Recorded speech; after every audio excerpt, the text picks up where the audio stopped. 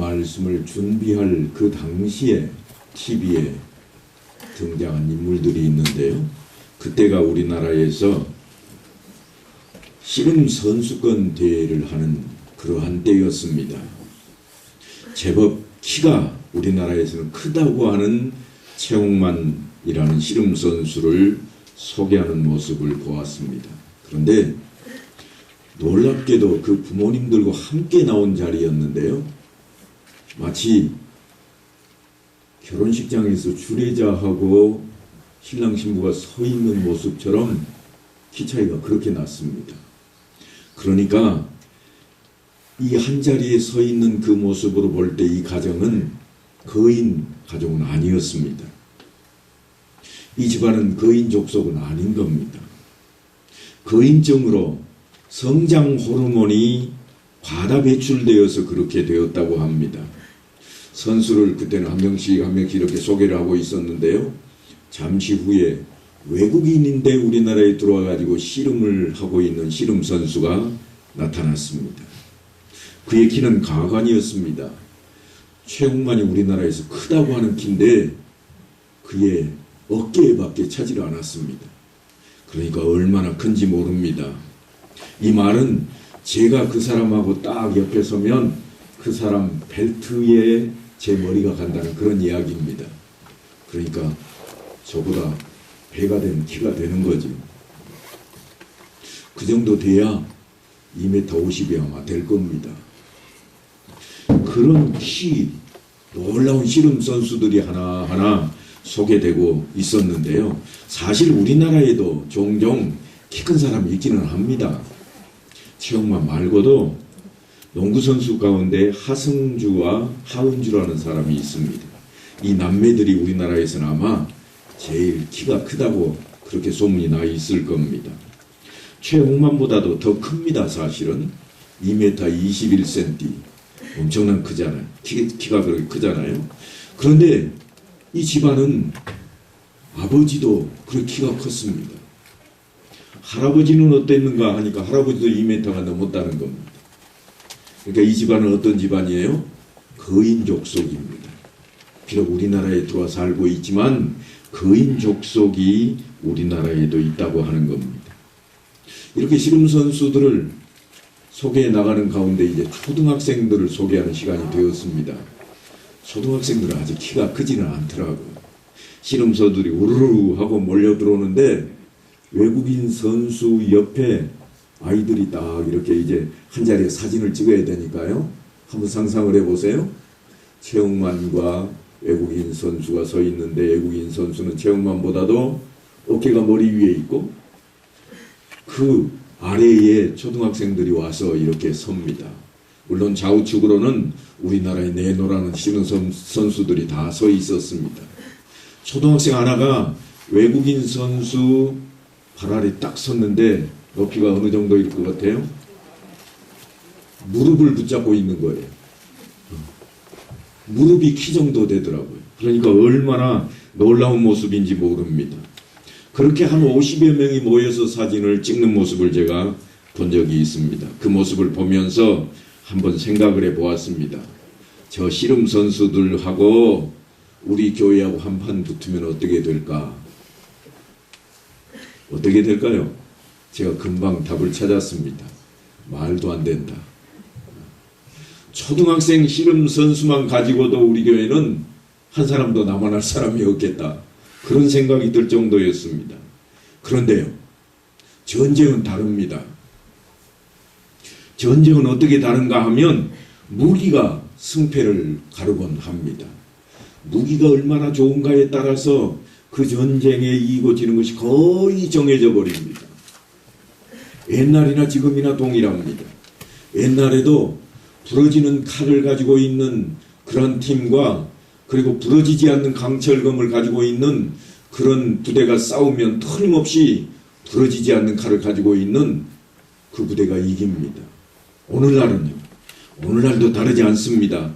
얼마나 무기를 신무기로 가지고 있는가에 따라서 전쟁이 승패를 가름합니다. 우리나라의 국방력이 세계 6위라고 그럽니다. 아무도 놀라지도 않으시네요. 이 작은 나라가 이 지구상에 있는 모든 나라들 중에 전쟁을 할 수 있는 능력으로 6번째입니다.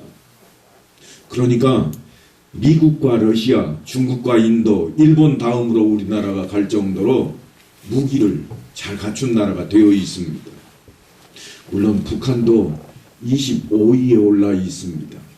제가 오늘 이 말씀을 왜 드리는가 하면 무기를 잘 갖추고 있는 나라를 다른 나라들이 함부로 대할 수 없기 때문에 오늘 말씀에 들어가기 전에 이 말씀을 드리고 있습니다. 신명기 9장도 그 유명한 이스라엘아 들으라 하는 말씀으로 시작이 됩니다. 히브리어를 제가 전에 한번 들려드린 적이 있는데요. 쉐마라고 하는 단어였다고 그랬습니다. 그리고 모세가 이렇게 전합니다. 네가 오늘 요단을 건너 너보다 강대한 나라들로 들어가서 그것을 차지하리니 그 성읍들은 크고 성벽은 하늘에 닿았으며 크고 많은 백성은 네가 아는 아낙 자손이라. 이에 대한 말을 내가 들었나니 이르기를 누가 아낙 자손을 능히 당하리요. 크고 많은 백성은 네가 알고 있는 아낙 자손이라. 그래서 백성들의 얼굴이 걱정으로 어두워집니다. 그런데 그때 모세가 이렇게 외칩니다. 여호와께서 그들을 멸하사 내 앞에 엎드러지게 하시리니. 무슨 말씀인가 하면 무기가 다르다는 겁니다. 저들이 가지고 있는 무기와 자신들이 가지고 있는 무기가 전혀 다릅니다. 저들은 키가 큰 아낙 자손으로 무기가 되어 있고 성벽이 높고 군대가 있다고 그렇게 소개를 합니다. 그러나 우리의 무기는 무엇인가? 애굽의 군대도 꼼짝 못했던 여호와 하나님이라. 지금 그 말씀을 하고 있습니다.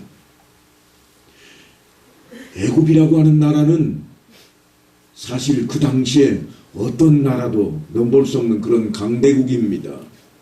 그런데 그 나라를 꼼짝 못하게 했던 여호와 하나님이 우리의 무기라. 여호와의 구원하심이 칼과 창에 있지 아니함을 이 무리에게 알게 하리라. 전쟁은 여호와께 속한 것인즉 그가 너희를 우리 손에 넘기시리라. 이 말씀은 물맷돌을 손에 든 소년 다윗이 외쳤던 이야기입니다. 블레셋의 골리앗, 키가 자기의 배나 더 크고 갑옷을 입고 그저 창 하나를 들기 위해서 병사 2명이 낑낑대고 어깨에 메고 올 정도의 그런 무기를 가지고 있는 그 사람 앞에 다윗이 나서며 하는 이야기입니다. 이 많은 무리들에게 내가 알게 할 것이라. 전쟁은 여호와께 속한 것이라. 우리에게는 지금 다른 무기가 전혀 없다. 잽이 되질 않습니다. 그런데 다윗은 우리에게 하나님 여호와가 계신다고 그렇게 소개합니다. 다윗은 모세를 통해서 이스라엘 백성들에게 교훈으로 들려진 아말렉 전투 이야기를 기억하고 있었을까요? 하나님께서는 분명히 모세에게 이런 명령을 내렸습니다. 이것을 책에 기록하여 기념하게 하고 여호수아의 귀에 애워 들리라. 내가 아말렉을 없이 하여 천하에서 기업도 못하게 하리라. 이 아말렉 전쟁이 어떤 전쟁인가 하면 한 번도 싸움터에 나가보진 못한 이스라엘 백성들이 전쟁에 참여하는 그런 전쟁터였습니다. 그런데 하나님께서 왜 이런 명령을 모세에게 내렸을까요? 광야를 지나는 이스라엘에게 어려움이 찾아옵니다. 반석에서 물이 나와서 먹을 죽인 이스라엘 백성들 앞에 아말렉이라고 하는 나라의 족속의 군대가 쳐들어온다는 것입니다. 주로 가나안 남쪽에 거주하는 에서의 손주뻘 되는 아말렉 후손들로 성격이 아주 잔인하고 또한 약탈을 좋아하고 압제를 그들의 일거리로 삼는 호전적인 그런 민족이었습니다. 이들은 오랜 행진에 지쳐있던 이스라엘의 행렬, 맨 뒤쪽을 쳐오기 시작합니다. 행렬이 길게 늘어서서 오늘날 우리식으로 하자면 200만 명이나 되는 그 떼거리가 한 건에 가고 있는데 맨 뒤에 쳐져 있는 사람들을 공격해 오기 시작한 겁니다. 지금 이스라엘은 지칠 대로 지쳐 있습니다. 바로 그때의 이야기, 모세가 그 이야기를 끄집어내면서 잊지 말라, 그렇게 지금 이야기하고 있습니다. 너희는 애굽에서 나오는 길에 아말렉이 내게 행한 일을 기억하라. 곧 그들이 너를 길에서 만나 네가 피곤할 때에 내 뒤에 떨어진 약한 자를 쳤고 하나님을 두려워하지 아니하였느니라. 겁없이 덤벼들었다, 그러한 표현입니다. 이스라엘은 광야를 걸어오느라고 지칠 대로 지쳐 있었고 뿐만 아니라 애굽에서 종살이하며 한 번도 전투에 나가서 싸움을 해본 그런 경험이 없던 족속들입니다. 그들이 결국은 르비딤에서 아말렉과 싸워야만 했습니다. 그런 상황에서 상대하기에는 아말렉은 아주 무서운 군대였습니다. 모세가 바로 그때 여호수아에게 이렇게 명령을 내립니다. 우리를 위하여 사람들을 택하여 나가서 아말렉과 싸우라. 내일 내가 하나님의 지팡이를 손에 잡고 산 꼭대기에 서리라. 여호수아가 모세의 말대로 행하여 아말렉과 싸우고 모세와 아론과 훌은 산 꼭대기에 올라가서 모세가 손을 들면 이스라엘이 이기고 손을 내리면 아말렉이 이기더라. 그렇게 전쟁이 길어집니다. 그러자 지혜를 발휘합니다. 아론과 훌이 모세의 팔이 피곤함에 그들이 돌을 가져다가 모세 아래에 놓아 그가 그 위에 앉게 하고 아론과 훌이 한 사람은 이쪽에서 한 사람은 저쪽에서 모세의 손을 붙들어 올렸더니 그 손이 해가 지도록 내려오지 아니한지라. 여호수아가 칼날로 아말렉과 그 백성을 쳐서 무찌르니라. 전투 장면이 이렇게 묘사되고 있습니다. 세상에 이런 전투가 어디 있겠습니까? 전무후무한 전투가 아닐 수 없습니다. 다음날 모세는 여호수아에게 싸울 만한 사람들을 택하여 전투에 나갈 것을 명령했고 자신은 산꼭대기에 올라섰습니다. 이스라엘은 그동안 애굽에서 노예로 살았기 때문에 싸움을 해본 적이 없었고 그들은 싸울 만한 기력이 있는 것도 아니었습니다. 물론 종살이를 해서 기운은 펄펄 넘쳤을 것입니다. 그렇게 젊은 사람들을 불러 모았고 가족들을 위해 그들을 지키기 위해서 장정들이 그 전쟁을 치러야만 했습니다. 여호수아는 모세의 명을 받은 대로 싸울 만한 그런 장정들을 택하고 아말렉과 싸우기 시작했던 것입니다. 그런데 묘하게도 모세가 손을 들면 그 전쟁이 여호수아 그리고 그 종들이 이기고 있고 손을 내리기만 하면 반대로 아말렉이 이기는 모습이었습니다. 사실 모세가 얼마나 기운이 팔팔해서 손을 계속 들고 있겠습니까? 이건 한번 여러분이 시험을 해보시면 됩니다. 두 손을 번쩍 들고 몇 분이나 버티고 있을 수 있겠습니까? 아마도 얼마 가지 못해서 지치게 되고 팔을 내려놓을 수밖에 없을 것입니다. 우리는 보통 모세가 손을 계속 들고 있는 모습을 기도하는 것이라 그런 표현으로 들어온 적이 있습니다. 왜냐하면 많은 목사님들이 그렇게 해석을 해오셨기 때문입니다. 반대로 그가 손을 내렸다는 것은 기도를 멈췄다고 생각을 합니다.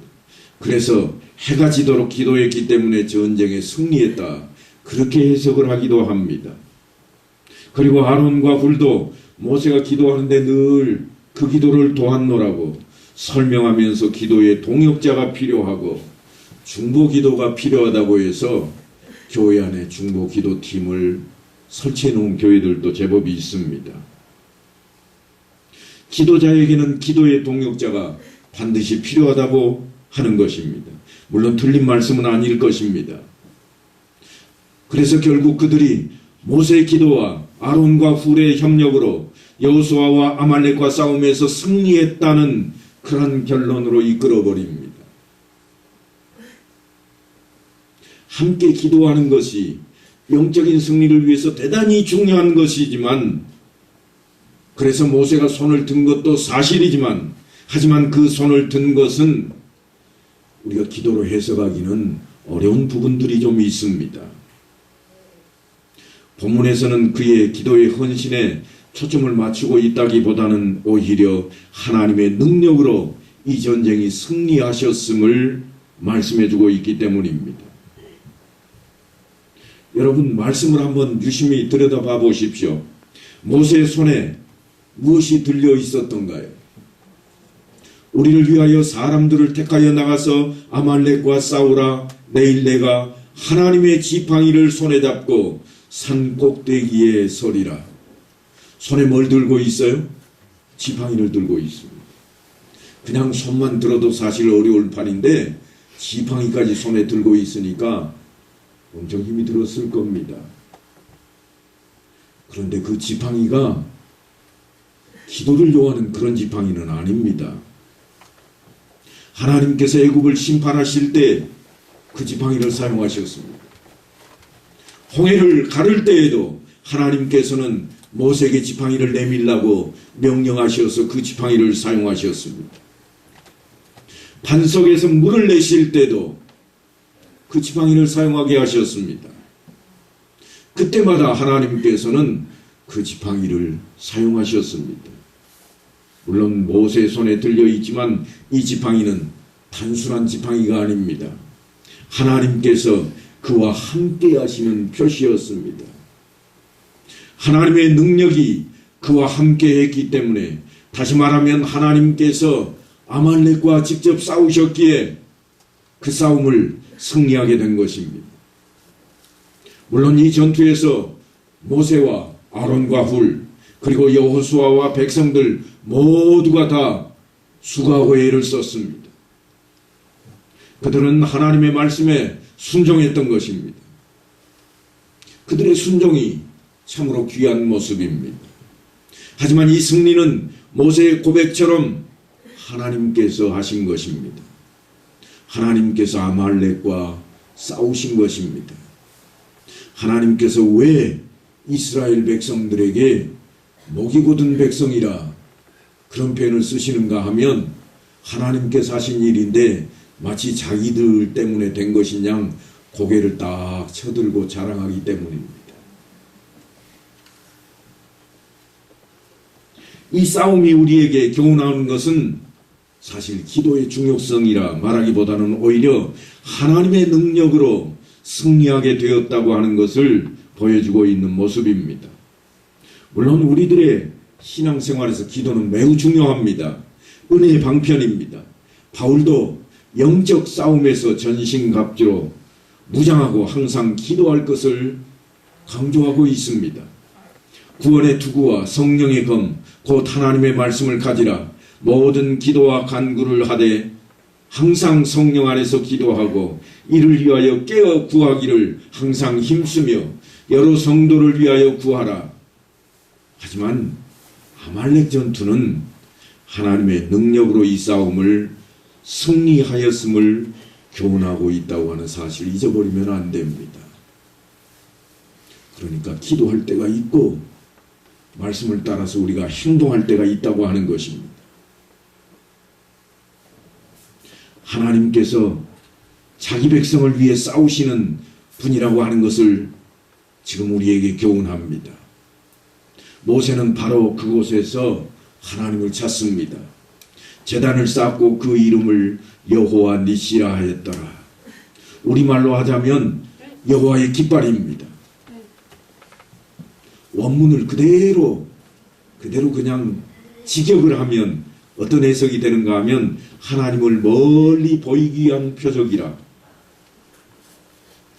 모세가 손을 든 것은 하나님의 능력을 보이기 위한 것이었다. 그런 말씀입니다. 하나님께서 백성들이 치르는 그 전투에 함께 참여하셨다는 겁니다. 아말렉과의 전투를 보면 이 싸움은 애굽에서 나올 때하고는 전혀 다른 양상입니다. 애굽에서 나올 때 하나님의 개입은 하나님께서 전적이고 즉각적이고 그리고 간섭을 직접 하심으로 10가지 재앙을 내리셨고 또한 홍해의 바다를 갈라놓으셨습니다.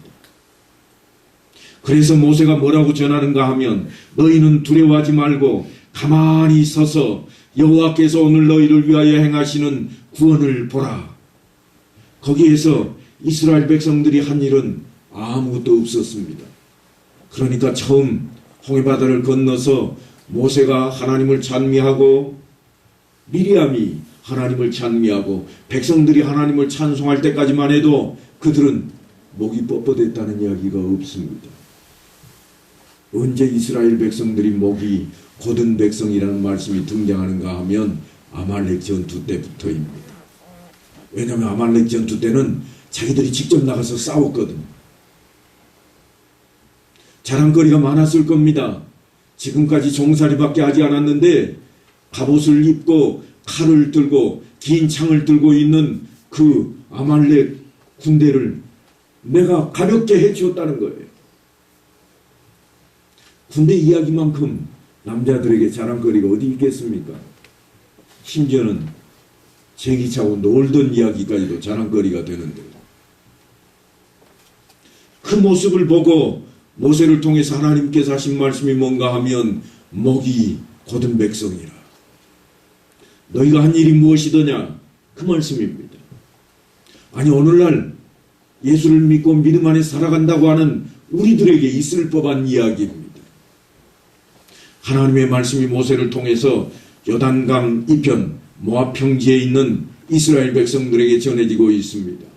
네가 가서 그 땅을 차지함은 내 공의로 말미암음도 아니며 내 마음이 정직함으로 말미암음도 아니요 이 민족들이 악함으로 말미암아 내 하나님 여호와께서 그들을 내 앞에서 쫓아내심이라. 여호와께서 이같이 하심은 내 조상 아브라함과 이삭과 야곱에게 하신 맹세를 이루려 하심이라. 그들의 공로나 본 행실로 인한 것이 아니라는 겁니다. 혹이라도 요단강을 건너가서 자기 자랑거리로 삼지 말라고 그럽니다. 분명히 하나님께서는 이미 심중에 담고 계신 일이 있습니다. 이 민족들이 악함으로 말미암아 여호와께서 그들을 네 앞에서 쫓아내십니다. 왜냐하면 하나님께서 일찍이 아브라함에게 약속하셨던 말씀이 있거든요.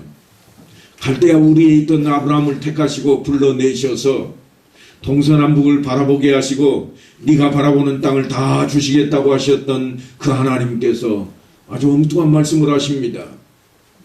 너는 반드시 알라. 내 자손이 이방에서 객이되어 그들을 섬기겠고 그들은 400년 동안 내 자손을 괴롭히리니 그들이 섬기는 나라를 내가 징벌할지며 그 후에 내 자손이 큰 재물을 이끌고 나오리라. 그리고 하신 말씀이 내 자손은 4대 만에 이 땅으로 돌아오리니 이는 아모리 족속의 죄악이 아직 가득 차지 아니함이니라. 지금 가나안 땅에 살고 있는 아모리 족속의 죄악이 만연하지 않아서 아직 이 땅은 네게 못 주겠고 나중에 니네들이 고생할지라도 이 아모리 족속들이 죄악이 만연하게 되면 그때 가서 내가 네 후손들에게 줄 것이라. 그런 약속입니다. 그리고는 이렇게 이어갑니다. 이 민족들이 악함으로 말미암아 내 하나님 여호와께서 그들을 내 앞에서 쫓아내실 것인데 그것은 내 조상 아브라함과 이삭과 야곱에게 내가 약속한 것이 있어서라. 무엇인 줄 아느냐? 그러므로 내가 할 것은 내 하나님 여호와께서 내게 이 아름다운 땅을 기업으로 주신 것이 내 공의로 말미암음이 아니니라. 네가 잘나서가 아니다. 절대로 그것을 잊지 말라는 겁니다. 우리의 공로가 아닙니다. 하나님의 은혜입니다. 그것을 잊어버리니까 특별한 것을 찾아 나서게 되는 겁니다. 신비한 것에 집중하게 되어버립니다. 우리는 주님의 공로로 말미암아서 구원을 받았습니다. 하나님의 은혜입니다. 내 열심이 아닙니다. 내 공로가 아닙니다. 그걸 자꾸 잊어버리니까 목이 뻣뻣한 백성이라는 말씀을 듣게 되었다고 하는 것입니다. 너는 목이 곧은 백성이니라. 너는 광야에서 내 하나님 여호와를 경노하게 하던 일을 잊지 말고 기억하라. 네가 애굽 땅에서 나오던 날부터 이곳에 이르기까지 늘 여호와를 거역하였으되 호렙산에서 너희가 여호와를 경노하게 하였으므로 여호와께서 진노하사 너희를 멸하러 하셨느니라. 하나님께서 그들을 멸해버릴 생각까지 하셨다는 겁니다. 모세는 다시 한번 그때 일을 회상합니다. 시내산 언약을 기억해냅니다. 그때에 내가 돌판들 곧 여호와께서 너희와 세우신 언약의 돌판들을 받으려고 산에 올라가서 40주 40야를 산에 머물며 떡도 먹지 아니하고 물도 마시지 아니하였더니 여호와께서 두 돌판을 내게 주셨나니 그 돌판의 글은 하나님이 손으로 기록하신 것이요 너희의 총의 날에 여호와께서 산상 불 가운데서 너희에게 이르신 모든 말씀이니라. 하나님께서 직접 하셨답니다. 돌판에 글을 새긴 것마저도 모세가 직접 한 게 없고 하나님께서 다 하셨다는 거예요. 모세도 자신의 공로가 전혀 없노라고 하나님의 은혜라고 외치고 있습니다. 그리고는 모세가 너희들도 시내산 언약을 기억하고 있느냐? 그런즉 너는 오늘 내가 내게 명하는 명령과 규례와 법도를 지켜 행할지리라. 그렇게 외칠 때에 너희가 망설임 없이 우렁차게 한 목소리로 대답을 했지 않느냐. 여호와께서 명령하신 대로 우리가 다 행하리이다. 그리고 너희가 아멘 쩌렁쩌렁 울리게 그렇게 외쳤고 그렇게 다짐했는데 다 잊었느냐. 사랑하는 성도 여러분, 우리 앞에 가로막고 있는 장벽이 무엇이 있습니까? 우리의 삶이 하나님의 뜻 안에 있다면 그 장벽은 아마도 아무것도 아닐 것입니다. 그러므로 하나님의 말씀대로 사는 삶이 우리에게 더욱 절실한 그러한 때입니다. 전염병의 감염이 온 세상을 뒤덮고 있고 코로나19 때문에 우리가 거리 두기를 하고 함께 손을 잡고 부둥켜 안고 외출 수 없는 그러한 모습 중에 있다고 할지라도 우리 안에 하나님의 말씀이 있고 우리 안에 주를 믿는 믿음이 굳건하게 세워져 있다면 나머지는 아무것도 아니라고 하는 것입니다. 왜냐하면 우리가 하나님 앞에 엎드릴 때를 기억해야만 합니다. 내가 예수 믿고 세례받을 때에 목사님의 손길을 통해서 안수받을 때 눈물을 펑펑 흘렸던 그 모습을 다시 되살리고 기억해내야 됩니다. 그래서 그때 다짐했던 내가 주를 믿는 믿음 안에 살리라. 어떤 역경이 올지라도 내가 믿음으로 살리라 했던 그 고백을 다시금 기억해내야 됩니다. 그래서 모세는 지금 이스라엘 백성들에게 너희가 시내산 앞에서 했던 언약을 기억하라. 너희가 고백했던 것이 무엇이냐? 여호와께서 명령하신 대로 우리가 다 준행할 것이라. 그렇게 외치지 않았느냐? 이제는 그 말씀대로 살아야 되겠다. 틀림없이 이스라엘 백성들은 가데스 바네아에서 큰 사건을 만나게 되었습니다. 그들은 가데스 바네아에서 하나님께서 명하신 대로 가나안 땅으로 들어갔으면 되었을 법한데 그들이 보기에 아직 때가 아닌 것 같고 자기들이 힘이 약한 것 같고 저쪽은 잘 무장되어 있는 것 같아서 포기해버렸던 일 때문에 하나님의 명령을 어긴 것으로 인해서 시내산 앞에서 준행하겠다고 했던 그 약속을 어김으로 인해서 청탑했던 40일을 한 날을 1년으로 쳐 40년 동안 광야에서 그들은 세월을 보내야만 했고, 하나님을 거역했던 모든 백성들이 다 죽기까지 기다렸다가 이제 노새 앞에 서 있는 이 사람들은 그 이후의 사람들입니다. 이들은 그동안 훈련받고 배운 것이 무엇이었는가? 땡볕 아래에서 구름 안에 있어야 했고, 차가운 밤중에 불기둥 가까이 있어야만 했던 이들이 보고 배운 것이 무엇인가? 그것은 여호와의 말씀이라. 우리가 사는 것은 우리가 배불리 먹고 따뜻하게 잠자는 그러한 의식주에 있는 것이 아니라 하나님의 말씀을 따르는 데 있다고 하는 것을 깨닫고 확신했다고 하는 것입니다. 시험해본 사람도 있었을 겁니다. 구름기둥 밖으로 벗어나 보지 않았을까요? 이 진중에 사막 한가운데 광야에 끝없이 끌려다니는 이 일 가운데 잊지 말고 차라리 돌아가자. 그래서 되돌아간 사람은 없었을까요? 그 중에는 틀림없이 성경에 기록은 없지만 거부했던 사람들도 있을 겁니다. 우리 앞에 기록되어 있는 것들도 있습니다. 안식일은 거룩한 즉 아무 일도 하지 말라. 하지만 그 중에 시험했던 사람이 있습니다. 안식일날 그저 저녁에 더 따뜻하게 입고 싶어서 땔감을 구하러 산으로 올라갔다가 죽임을 당한 사람이 있습니다. 사랑하는 성도 여러분, 우리는 전혀 다른 세상을 살고 있습니다. 아니, 문화가 다르고 형편이 전혀 다른 자리에 우리가 있습니다. 하지만 여전히 하나님 안에 있는 것을 기억하십시오. 그때를 살았던 이스라엘 백성들이나 오늘을 살고 있는 우리나 모두 하나님 안에 있습니다. 하나님의 표신 발이 지키시면 우리가 살 것이요, 하나님의 은혜가 머물면 우리가 복된 삶을 누리게 될 것입니다. 그래서 전하는 모세의 말씀입니다. 너는 기억하라. 시내산 언약을 기억하라는 겁니다. 그런즉 너는 오늘 내가 네게 명하는 명령과 규례와 법도를 지켜 행할지니라. 그렇게 명령할 때 너희가 뭐라고 대답을 했느냐? 여호와께서 명령하신 대로 우리가 다 행할 것이라 약속하지 않았더냐? 사랑하는 성도 여러분, 말씀대로 살겠습니다. 그렇게 외치는 것으로 끝나서는 안 됩니다.